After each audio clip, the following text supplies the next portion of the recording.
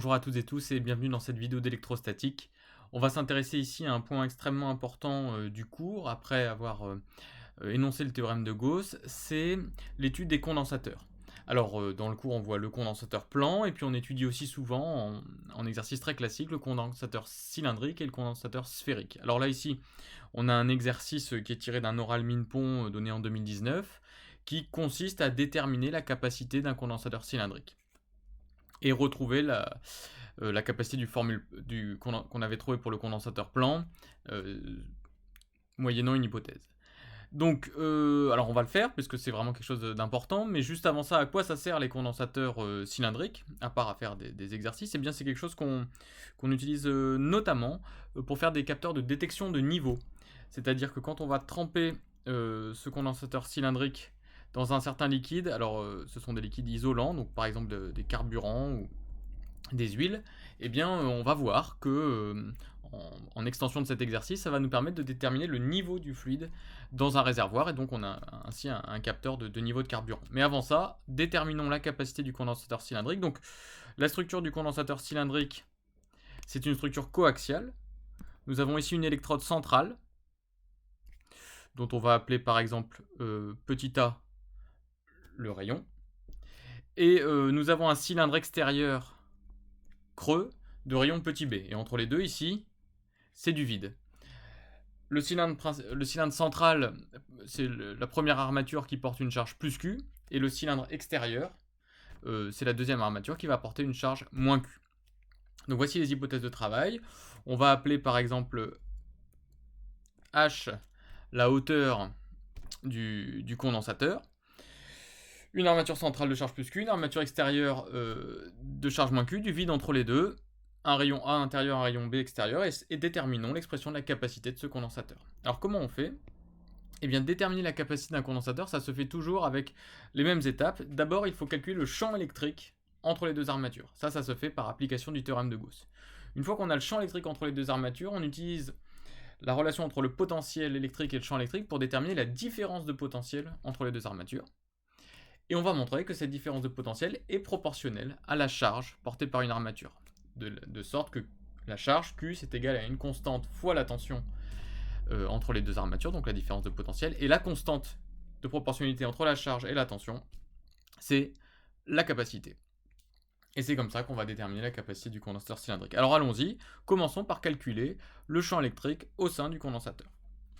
Donc on refait un schéma, donc l'armature centrale de charge plus Q, et l'armature extérieure de charge, je vais essayer quand même de faire un schéma à peu près propre, voilà, donc je mets comme ça, moins Q, je dessine que la frontière de l'armature extérieure, et je vais me placer en un point M entre les deux armatures. Donc je rappelle, j'ai appelé petit a le rayon de l'armature intérieure et petit b le rayon de l'armature extérieure.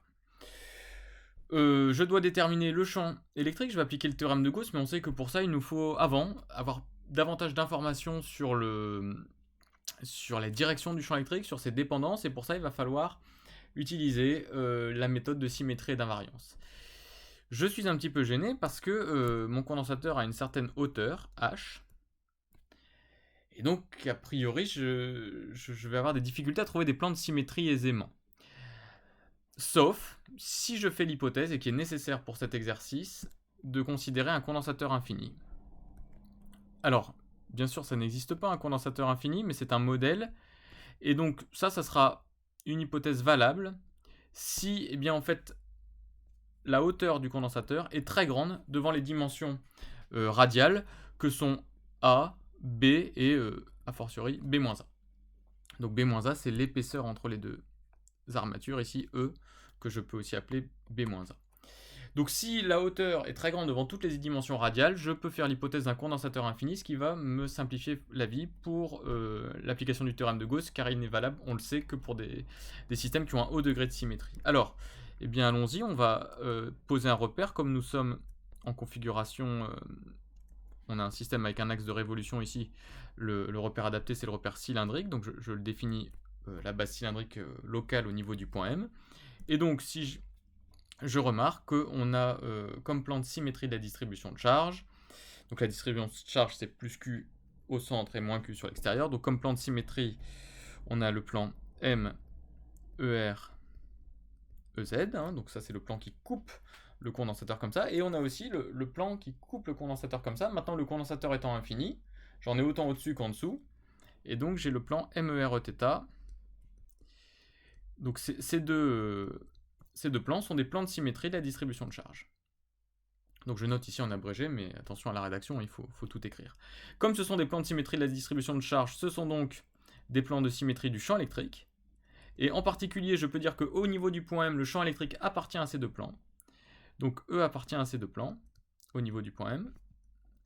Et donc, j'en déduis la direction du champ électrique dans mon système, c'est E de M égale E de M porté par le vecteur ER, qui est le vecteur commun aux deux plans. Il me reste à définir désormais les dépendances. Donc je suis en coordonnées cylindriques, donc le point M peut être repéré par les trois coordonnées R, θ et Z, et je m'aperçois que la distribution de charge, eh bien, elle est invariante par rotation d'angle θ, et si en plus je suppose que mon condensateur est infini, elle est aussi invariante par translation, suivant le vecteur EZ. Donc or, la distribution de charge est invariante par rotation d'angle θ, et par translation suivant EZ, et bien j'en déduis donc que le champ électrique va avoir les mêmes invariances, donc il ne va dépendre ni de θ ni de Z, et donc j'en déduis la forme du champ électrique simplifié. Avec cette forme, je vais donc pouvoir choisir une surface de Gauss pour appliquer le théorème de Gauss. Alors, on rappelle que la surface de Gauss qu'on choisit, c'est une surface fictive, elle doit passer par le point M, elle doit être fermée, et elle doit être cohérente avec la symétrie du problème. Donc là, ici, comme on a un problème à symétrie cylindrique, que le champ électrique est porté par ER, eh bien la surface de Gauss adaptée, elle va passer par le point M, comme ça, donc on va prendre un cylindre, la surface extérieure d'un cylindre, hop, qui passe par le point M. Donc c'est une surface de rayon R, de hauteur H, qui passe par M, donc je vais l'appeler la surface de Gauss. Donc on définit cette surface de Gauss. Donc on va le définir. S Gauss égale cylindre, c'est la surface extérieure en fait d'un cylindre de rayon R et de hauteur H. Et on va pouvoir appliquer le théorème de Gauss, puisque c'est une surface fermée. Donc l'intégrale du champ électrique sur cette surface va donner la charge intérieure à cette surface sur epsilon 0. Alors, peut-être regardons directement la charge intérieure à la surface. Je dézoome un petit peu pour qu'on voit bien le schéma. Si j'ouvre, donc j'ai ma surface de Gauss qui est comme ça un cylindre de rayon R, si je l'ouvre, je m'aperçois qu'à l'intérieur, il y a uniquement cette charge-là. La charge moins Q est à l'extérieur de la surface de Gauss, donc je ne la prends pas en compte. La charge intérieure, c'est uniquement Q. Comme j'ai pris une surface de hauteur H, j'ai pris toute la charge de l'armature positive, donc j'ai pris vraiment intégralement Q sur epsilon 0. Donc voici pour le membre de droite du théorème de Gauss. Pour le membre de gauche, il nous faut calculer le flux de E sur cette surface fermée. Cette surface fermée, elle se décompose en une surface haute, une surface basse et une surface latérale. Donc je peux définir des vecteurs surface élémentaire associés à chacune des sous-surfaces. Donc j'ai ici une surface latérale, ici une surface élémentaire sur le haut et une surface élémentaire sur la partie basse. Et donc je vais décomposer le flux de E sur chacune de ces sous-surfaces. Donc c'est ce qu'on va écrire ici. Donc là on va avoir le flux de E sur la surface haute, plus le flux de E sur la surface basse, donc que j'indice B, et le flux de E sur la surface latérale. Je vais refaire un schéma juste à côté pour pouvoir m'appuyer dessus. Donc là c'est sur la surface du haut, sur la surface du bas, et sur la surface latérale. Donc je redessine très rapidement la surface de Gauss, hop, qui passait par le point M, qui est comme ça. On avait le point M ici, et le vecteur delta S lat comme ça.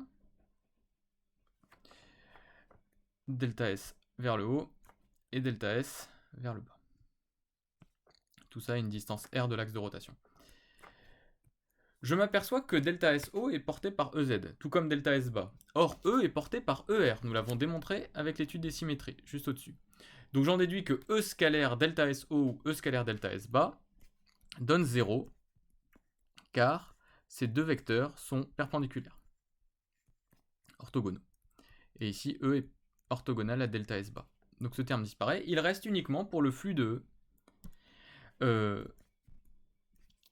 Alors, hop, ça, voilà, le flux total, c'était la somme des trois. Et il va rester uniquement le flux de E sur la surface latérale. La surface latérale, je m'aperçois que le vecteur surface latérale, il est porté par le vecteur ER, hein, qui est le vecteur de base, comme ça, radial, qui fuit l'axe de révolution. Et donc, E scalaire delta S lat, comme les deux sont portés par ER, ça va se simplifier comme E de R fois delta S latéral. Or, sur la surface latérale, R ne varie pas. Et donc, on peut sortir E de l'intégrale, puisque E ne dépend que de R, donc E ne variera pas non plus. Et donc, on va avoir E de R fois la somme des éléments de surface sur la surface latérale, ça va donner la surface latérale totale. Et celle-là, pour un cylindre de rayon R et de hauteur H, c'est 2πRH. Donc, nous avons, et ça c'est la valeur de la surface latérale totale du cylindre. Nous avons donc exprimé les différents termes du théorème, les différents membres du théorème de Gauss, le membre de droite et de gauche, et donc en les regroupant, on a donc E de R, je vais faire passer le 2πRH de l'autre côté, ça va faire Q sur 2πRH epsilon 0, et donc le champ électrique, c'est cette composante portée par ER, 2πRH epsilon 0, portée par ER. Donc voici la première étape de la méthode qui est réalisée. Nous avons déterminé le champ électrique entre les deux électrodes. Maintenant, il nous faut déterminer la différence de potentiel entre les deux électrodes. Alors, on va refaire un schéma, hein. Il ne faut pas être avare de schéma, c'est quand même ça souvent qui nous aide à bien voir les choses. Donc l'électrode centrale, l'électrode extérieure, et nous cherchons la différence de potentiel. Alors je rappelle, hein, dans un condensateur, pour pouvoir écrire Q égale C fois U, il faut que la différence de potentiel parte de l'électrode négative et aille vers l'électrode positive. Donc voilà mon condensateur avec la charge plus Q au centre, avec la charge moins Q à l'extérieur, et avec la différence de potentiel U. Je sais que U, c'est le potentiel de l'électrode positive, donc le potentiel de cette électrode-ci, que je mets notre V+, moins le potentiel de l'électrode négative, V-. Je peux aussi l'écrire comme étant l'intégrale de moins à plus de dV. C'est la somme des petites différences de potentiel infinitésimales de l'armature moins vers l'armature plus. Or, je sais que la différentielle du potentiel, dV, elle est reliée au champ électrique par la relation moins E scalaire dl. Je sais que E a l'expression ci-dessus, et je sais qu'en coordonnées cylindriques, dl, c'est de la forme un déplacement élémentaire suivant le vecteur ER, plus des déplacements élémentaires suivant les vecteurs Eθ et Ez, que je peux écrire, mais en fait, peu importe leur expression, ils sont perpendiculaires à ER, ils sont orthogonaux à ER, et donc, quand je vais faire le produit scalaire de E avec dl, ils vont disparaître puisque E n'est porté que par ER. Et ainsi, U va être égal à l'intégrale entre l'électrode négative et l'électrode chargée positivement de Q sur 2πRH epsilon 0 dr, avec un moins devant. Alors, je vais mettre les bornes. Maintenant, je sais que ma variable d'intégration, c'est R. Donc, que vaut R quand je suis sur l'électrode moins? Bien, quand je suis sur l'électrode moins, R vaut B. Alors que quand j'arrive sur l'électrode plus, R vaut A. Donc, en fait, c'est l'intégrale de B à A de Q sur 2πRH epsilon 0. Alors, j'ai un certain nombre de constantes qui apparaissent dans cette expression, notamment moins Q sur 2πH epsilon 0. Donc, je peux les sortir de l'intégrale. Intégrale de BA de dr sur R, et là je reconnais en fait la primitive de 1 sur R qui est le logarithme népérien, et donc U va être égal à moins Q sur 2πH epsilon 0 fois le logarithme népérien de R évalué en A moins celui en B, donc je vais avoir ln de A sur B, puis comme j'ai un moins devant je vais le transformer en plus, et j'aurai ln de B sur A. Donc voici la tension entre les deux armatures. Alors il nous reste à trouver la capacité, mais c'est immédiat. On rappelle que quand on a algébrisé une électrode de charge plus Q, une électrode de charge moins Q et la tension U entre les deux, pour un condensateur, il y a proportionnalité entre C et U, entre Q et U, c'est ce qu'on a montré juste au-dessus. Eh bien, cette proportionnalité, elle définit la capacité, C égale Q sur U. Eh bien, Q sur U, on voit tout de suite que c'est égal ici à 2pi h epsilon 0 sur ln de B sur A. Donc voici la capacité d'un condensateur cylindrique. Alors on nous demande de retrouver, grâce à elle, la capacité d'un condensateur plan. Alors je vous rappelle, pour un condensateur plan, on avait deux électrodes de surface S séparées par une épaisseur E. On avait montré que C c'était égal à epsilon 0 S sur E. Bon, alors si on analyse nous notre capacité, alors on retrouve bien le epsilon 0 qui est ici, on retrouve bien epsilon 0 fois une longueur, divisé par un logarithme qui est sans dimension, donc on a quelque chose qui est homogène. Au passage, ça permet, ces formules permettent d'avoir l'unité naturelle, enfin l'unité usuelle de epsilon 0, c'est les farads par mètre, puisque C est en farad.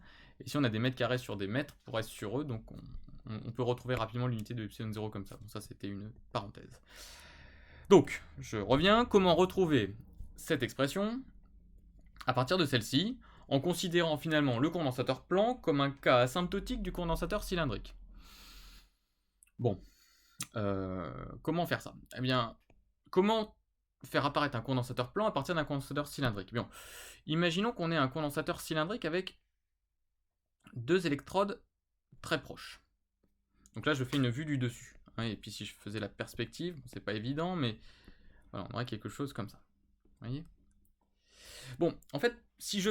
Donc là, j'aurais A, j'aurais B ici comme ça, et entre les deux, j'aurais une épaisseur E. Vous voyez?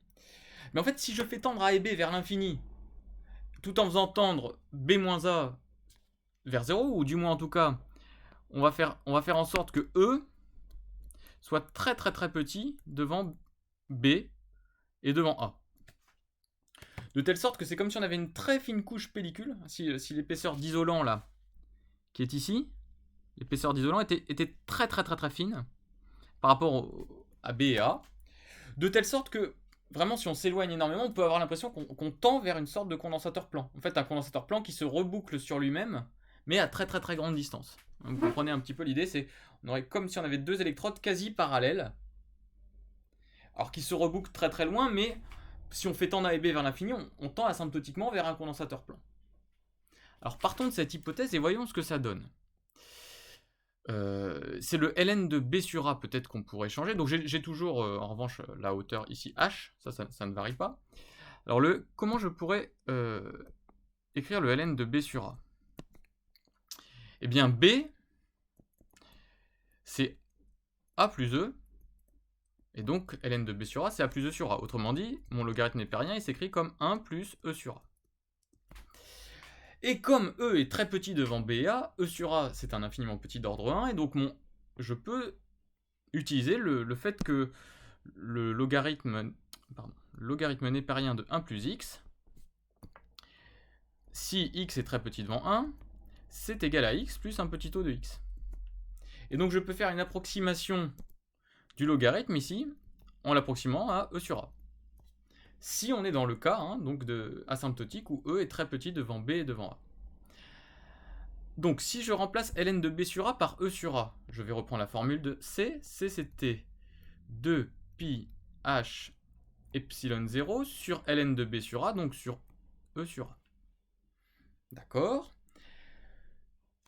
Ce qui fait, je peux encore écrire, epsilon 0 fois 2pi ha sur E. Mais à quoi correspond 2pi ha? Revenons sur notre schéma. 2pi a, c'est le périmètre ici. 2pi a, c'est ce périmètre-là. Et h, c'est la hauteur. De telle sorte que 2pi ha, c'est ni plus ni moins que la surface de l'électrode qui est repliée sur elle-même.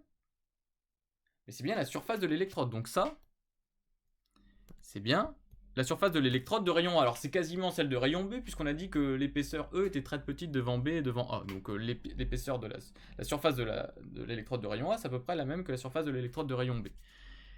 Eh bien, vous voyez qu'on retrouve l'expression de ε0S sur E, qui était valide pour un condensateur plan. Donc on peut voir le condensateur plan comme un cas asymptotique du condensateur cylindrique. Alors juste, donc voilà, l'exercice est terminé, mais je voulais revenir un petit peu avant sur comment utiliser ces condensateurs comme des détecteurs de niveau. Donc on va revenir en fait sur la formule générale là, de C. On a trouvé que C c'était 2πh, alors je vais l'écrire comme ça, 2π epsilon 0h sur ln de B sur A. Donc voilà ce que nous avons trouvé pour un condensateur de hauteur h.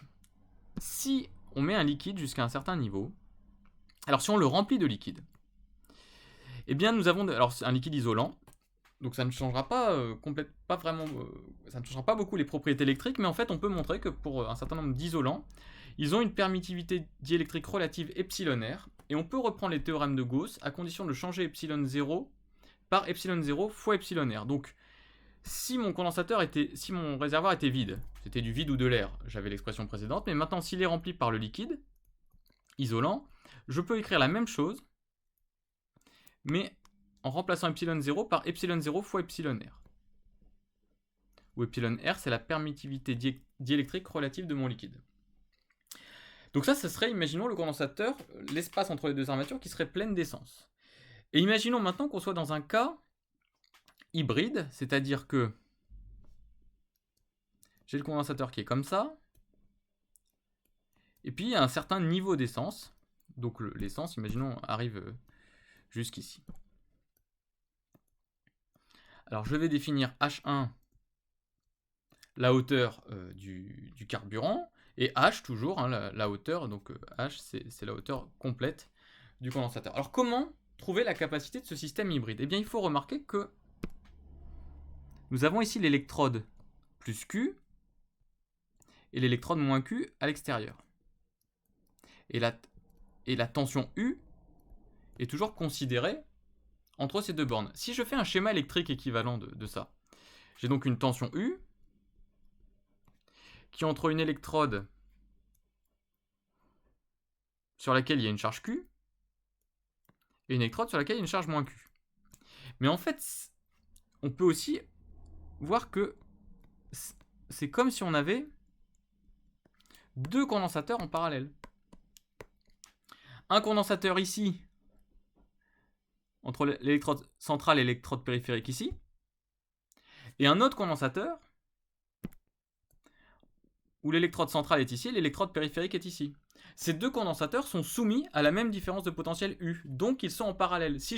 Quand ils sont reliés au circuit extérieur, il y a un courant I qui repart ici, et il repart par ici, c'est ce courant-là, I, qui arrive là. Vous voyez, c'est le même courant qui va dans les deux condensateurs, et qui ressort. Donc, ici, nous avons, en fait, un condensateur qui correspond à l'essence, et un condensateur qui correspond au vide. Donc, on a ici C vide de hauteur H-H1, c'est ça, qui est en parallèle avec C du liquide qu'on cherche à mesurer de hauteur H1. Et comme on sait que deux capacités en parallèle forment une capacité équivalente qui vaut la somme des deux, eh bien je peux écrire que ma capacité équivalente c'est C liquide de H1 plus C vide de H-H1, et ça, eh bien il suffit ensuite de reprendre la formule, ça va faire 2π epsilon 0 epsilon r, donc de hauteur H1 sur ln de B sur A, plus 2π epsilon 0 facteur de H moins H1 sur ln de B sur A. Et ça, on s'aperçoit que c'est une fonction affine de la hauteur H1. Donc il suffit d'être capable de mesurer la capacité de votre condensateur pour en déduire la valeur de H1, donc le niveau d'eau. Alors comment on mesure une capacité? Alors, il y a plusieurs manières. Par exemple, on la met dans un circuit RC et on relève la constante de temps. En réponse à un échelon, la constante de temps c'est taux égale R fois C. Si on connaît R en mesurant taux, on peut en déduire C. On peut la mettre dans un circuit par exemple oscillant. Imaginons un oscillateur type oscillateur harmonique, on sait que la pulsation des oscillations c'est 1 sur racine de LC, et donc si on arrive à mesurer cette pulsation des oscillations, on en déduit C. Enfin voilà, à partir du moment où vous avez un composant électrique qui dépend d'un paramètre physique, il suffit de mesurer ce composant électrique par un montage quelconque pour revenir à la valeur du paramètre physique que vous voulez mesurer. Ça c'est vraiment la base de fonctionnement d'un certain nombre de capteurs. Et donc voilà un petit peu, dans cette vidéo, comment déterminer la capacité d'un capteur cylindrique et comment l'utiliser à des applications, à des fins applicatives pour, ici, relever le niveau de carbone.